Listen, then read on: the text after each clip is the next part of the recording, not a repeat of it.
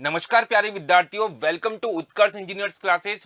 My self Devesh Kumar, मेरे साथ एक किशोर सर। बहुत बहुत स्वागत है आप सभी का उत्कर्ष इंजीनियर्स क्लासेज के इस यूट्यूब प्लेटफॉर्म पर।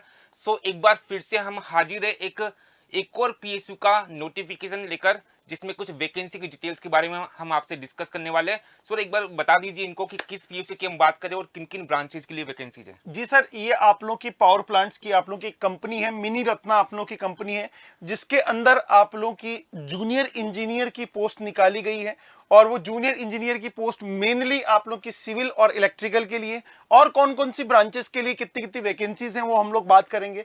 और सर इसके ऊपर बात करने से पहले मैं सबसे इंपॉर्टेंट बात यहां पर ये बोलना चाहूंगा, यहां पर जो आप लोग की क्वालिफिकेशन मांगी गई है वो डिप्लोमा मांगी गई है। मतलब यदि किसी ने बीटेक भी किया हुआ है, किसी ने एमटेक भी किया हुआ है, बट उसकी इसेंशियल होना चाहिए, मतलब वो डिप्लोमा जरूर होना चाहिए। डिप्लोमा के बाद में आप बीटेक करो चाहे कुछ भी करो, डजंट मैटर आप लोग का। तो ऐसे स्टूडेंट जिन्होंने डिप्लोमा किया हुआ है वो इस वैकेंसी के अंदर एलिजिबल हैं। जिनका डिप्लोमा नहीं है, जिनका बीटेक होगा और डिप्लोमा नहीं है, वो इसके अंदर आप लोग के एप्लीकेबल नहीं है। तो ये कैंडिडेट्स के लिए सर बहुत इंपॉर्टेंट इन्फॉर्मेशन है, क्योंकि बच्चे इसमें कंफ्यूजन में रहते हैं। जी सर, तो थोड़ा डिफरेंट क्राइटेरिया भी है। जनरली इस टाइप के क्राइटेरिया बहुत कम देखने को मिलते हैं सर। बिल्कुल सही बोला है आपने। सर एक बार बता देते हैं इनको। तो एनएचपीसी जो है, नेशनल हाइड्रो पावर कॉर्पोरेशन, एक मिनी रत्न कंपनी है, पीएसयू कंपनी है। इसमें ये वैकेंसी का नोटिफिकेशन रिलीज हुआ है। सबसे पहले अगर हम बात करें जूनियर इंजीनियर की vacancy in civil, okay, junior engineer civil की ये वैकेंसी है। इसमें इसेंशियल क्वालिफिकेशन और एक्सपीरियंस की अगर बात करें तो 3 साल का आपके पास फुल टाइम रेगुलर डिप्लोमा होना चाहिए इन सिविल इंजीनियरिंग, और एटलीस्ट आपके 60% मार्क्स होने चाहिए। अगर आप किसी कैटेगरी से बिलोंग करते हैं तब आपके एटलीस्ट 50% मार्क्स होने चाहिए। और यहाँ पर ये नोट बहुत ध्यान से सुनिएगा, नहीं तो यहाँ पर मैक्सिमम लोग गलती कर जाएंगे इसको समझने में। यहाँ पर लिखा हुआ है higher technical qualification like BTech और BE without the essential qualification that is full time regular diploma is not eligible. मतलब अगर आपने बीटेक या एमटेक की है, अगर हायर क्वालिफिकेशन आपने अचीव किए, तब भी आपका जो इसेंशियल क्वालिफिकेशन है, मतलब डिप्लोमा जरूरी है। मतलब आपने डिप्लोमा किया हुआ होना चाहिए। मतलब हायर क्वालिफिकेशन डिप्लोमा के बाद में होनी चाहिए। उसके बाद में भले से आप बीए करो चाहे बीटेक करो चाहे कुछ भी करो, आप लोगों का जो है डिप्लोमा जरूर होना चाहिए आप लोगों का इस वैकेंसी के लिए। और दूसरी बात सर, ये नंबर ऑफ वैकेंसीज काफी अच्छे नंबर ऑफ वैकेंसीज हैं आप लोग की। 149 आप लोग की वैकेंसीज हैं। आप लोगों की जो टोटल वैकेंसीज हैं वो 149 है। और एज लिमिट, हाँ बिल्कुल सर, सिविल की बात कर रहे हैं अपन अभी। एज लिमिट जो है वो आप लोग की 30 ईयर्स आप लोग की एज लिमिट है। जी सर। तो आप क्या बोलना चाहेंगे सर, मतलब प्योर डिप्लोमा स्टूडेंट के लिए इतना अच्छा नंबर? सर अभी देखो, रिसेंट एक मंथ की अगर बात करें ना, तो नंबर ऑफ वैकेंसीज आ चुकी है सर। मतलब ये इलेक्शन के साथ सिलेक्शन का भी सीजन चल रहा है। जी सर। सो बहुत अच्छी अपॉर्चुनिटीज हैं। बट ये सिलेक्शन होगा सर, इलेक्शन के साथ में सिलेक्शन तब होगा जब स्टूडेंट का परफेक्शन होगा आप लोग का यहाँ पर। और अब हम लोग बात करते हैं सेकंड डिपार्टमेंट जिसमें आप लोग की वैकेंसी आई, मतलब इसी के अंदर वैकेंसी आई हुई है आप लोग की, वो इलेक्ट्रिकल की आप लोग की वैकेंसी आई हुई है। अगेन क्वालिफिकेशंस जो है आप लोग की, इसेंशियल क्वालिफिकेशंस जो है वो आप लोग को चाहिए होगा बेटा डिप्लोमा आप लोग का। उसके बाद में आप लोग जो चाहे बीटेक वगैरह जो एमटेक वगैरह है कर रखी होगी आप लोगों ने। इसमें नंबर ऑफ वैकेंसीज आप लोग की 74 वैकेंसीज हैं। मतलब सर ये भी बहुत अच्छा खासा नंबर है आप लोग का। टोटल आप लोग का 223 के आसपास आप लोग का ये नंबर हो गया आप लोग का, दोनों मिलाकर वैकेंसीज। आगे और हैं आप लोग की मैकेनिकल के अंदर भी आप लोग की वैकेंसीज हैं। आप लोग की मैकेनिकल में भी सर काफी अच्छा नंबर आप लोग का दिया हुआ है। तो एक बार मैं चाहूंगा सर आप बताएं एक बार मैकेनिकल के अंदर। मैकेनिकल में अगेन क्वालिफिकेशन तो सेम है, सारी ब्रांचेज में लगभग सेम सिमिलर क्वालिफिकेशन मांगी गई है आपसे। 60% मार्क्स आपके एटलीस्ट होने चाहिए ड्यूरिंग डिप्लोमा। इसेंशियल क्वालिफिकेशन वही है आपकी, डिप्लोमा एटलीस्ट आपका होना चाहिए। और यहाँ पर मैकेनिकल में भी 63 नंबर ऑफ वैकेंसीज है, जो कि जनरली मैकेनिकल इलेक्ट्रिकल में नहीं देखने को मिलती है।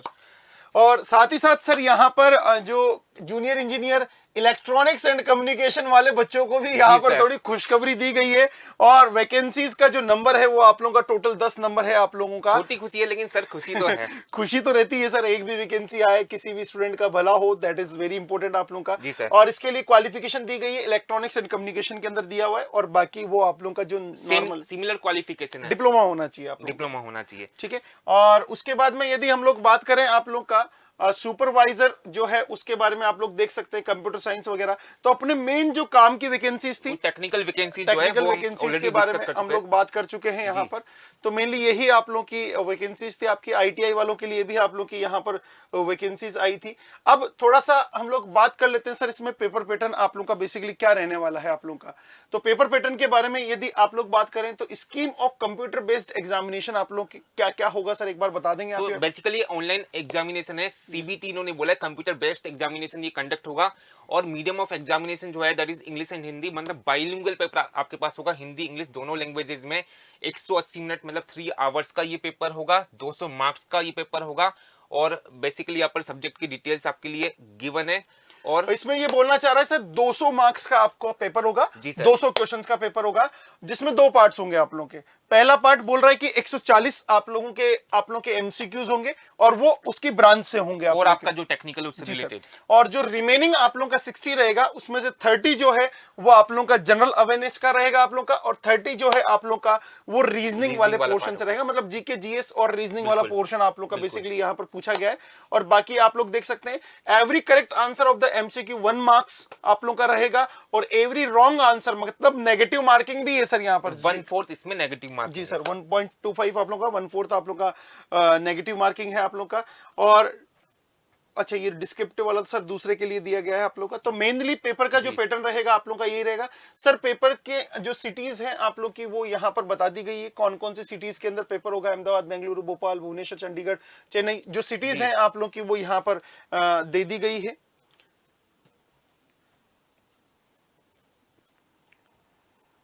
ओके सर, तो जो मेजर इंफॉर्मेशन थी उसके अलावा एक और इम्पोर्टेंट लास्ट इंपोर्टेंट जो जी। इंफॉर्मेशन है सर, डेट्स बहुत इंपोर्टेंट है। जी सर।